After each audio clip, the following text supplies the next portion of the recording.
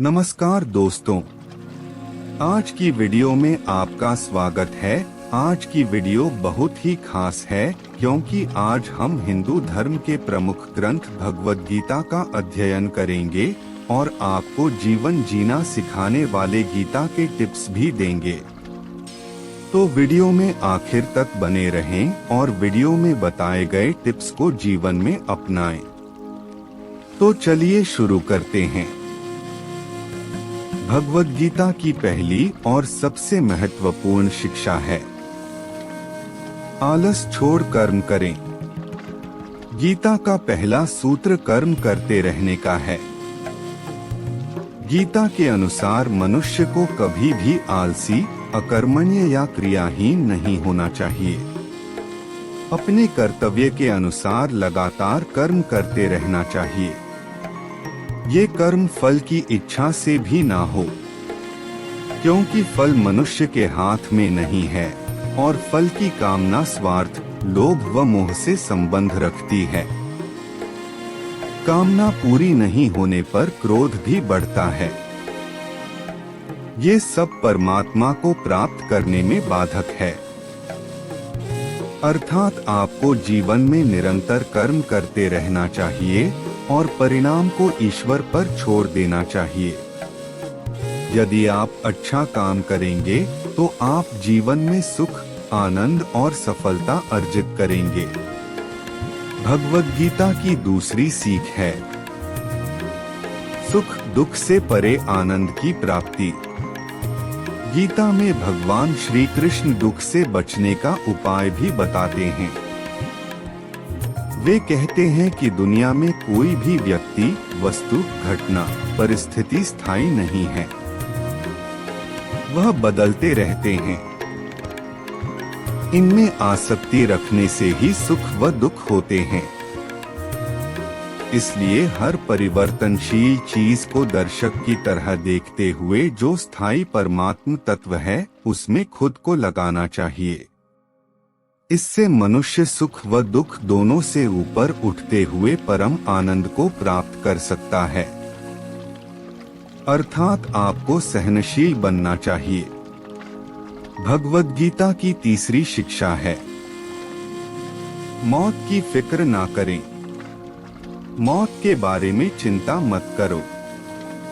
गीता मनुष्य को निडर होकर जीना सिखाती है, क्योंकि व्यक्ति को सबसे ज्यादा डर मरने का लगता है, जबकि गीता कहती है कि शरीर व आत्मा दोनों अलग अलग है।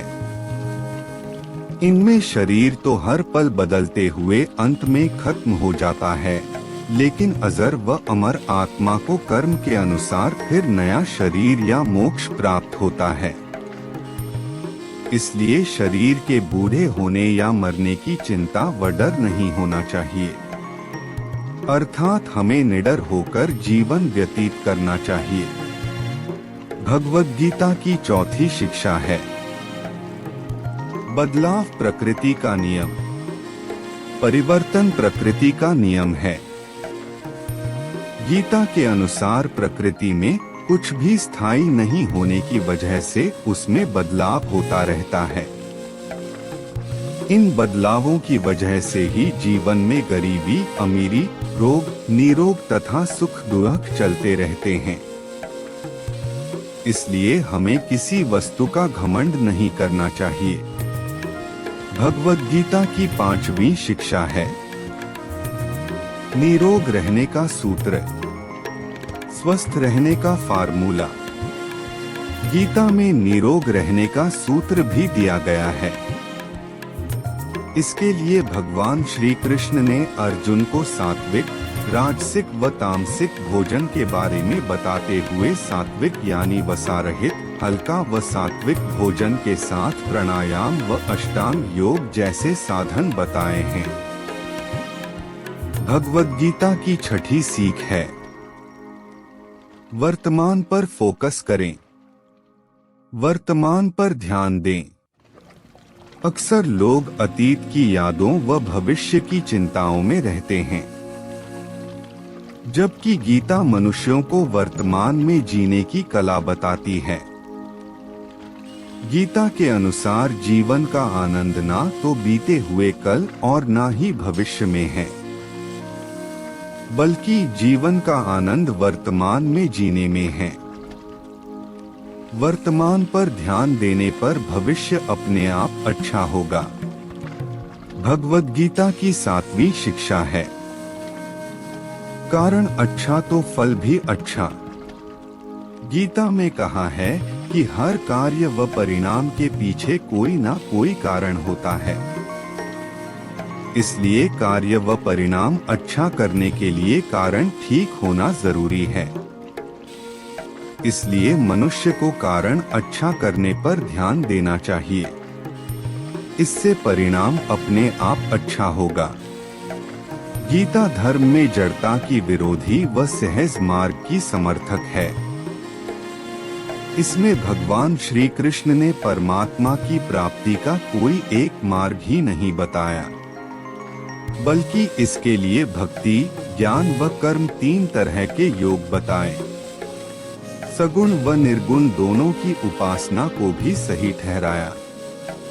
इस तरह उन्होंने धर्म के किसी एक मार्ग के प्रति कट्टरता की जगह मनुष्यों को जो भी सहज व सरल मार्ग लगे उसे अपनाने का रास्ता बताया।